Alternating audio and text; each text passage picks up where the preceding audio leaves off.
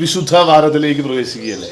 ആ സമയത്ത് കേൾക്കാൻ പറ്റണ നല്ല ഒരു വചനമാണിത്. ആത്മപ്രശംസ നടത്തുന്നവരുടെ ഗണത്തിൽപ്പെടാനോ ഞങ്ങളെ അവരോട് താരതമ്യം ചെയ്യാനോ ഞങ്ങൾ തുനിയുന്നില്ല. പരസ്പരം അളക്കാനും തുലനം ചെയ്യുവാനും സാഹസപ്പെടുന്ന വിഡ്ഢികളാണ്. ഈ കമ്പാരിസനെ കുറിച്ചാണ് പറയുന്നത്, താരതമ്യപ്പെടുത്തുന്നതിനെ കുറിച്ചാണ് പറയുന്നത്.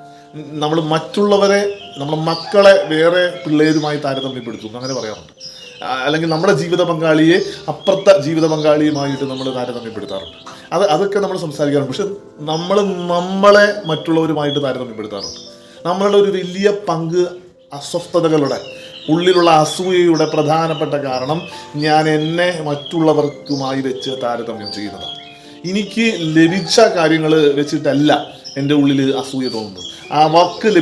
അയാൾക്ക് ലഭിച്ച കാര്യങ്ങൾ എൻ്റെ ഉള്ളിലുണ്ടാക്കുന്ന ഒരു കിരികിരിപ്പ് അനുഭവമുണ്ട്. അതാണ് ശരിക്കും പറഞ്ഞ അസൂയ എന്ന് പറഞ്ഞാൽ, ഞാൻ എന്നെ മറ്റുള്ളവരുമായി താരതമ്യം ചെയ്ത് നോക്കുമ്പോഴാണ് ഈ അസൂയ എന്ന് പറയുന്ന വികാരം എൻ്റെ ഉള്ളിൽ ഇങ്ങനെ മുളച്ചു പൊട്ടി വരുന്നത്.